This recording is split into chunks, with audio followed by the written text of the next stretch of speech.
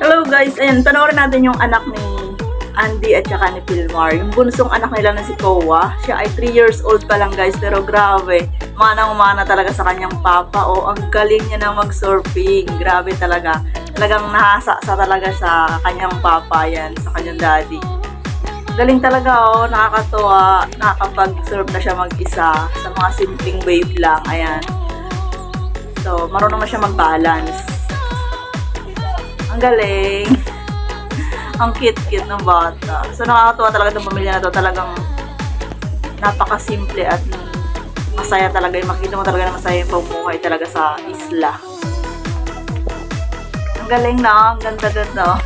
Ganda tingnan kasi ang liit pa niya. Tapos nakapag-balance sa surfing board. Ayan.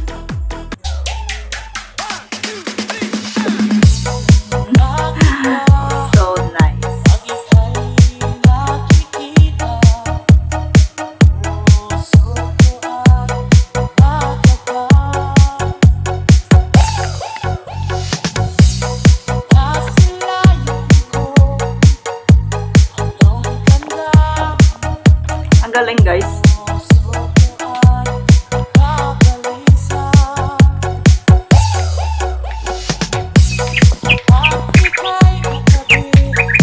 Nakakatuwa talaga yung papalaki.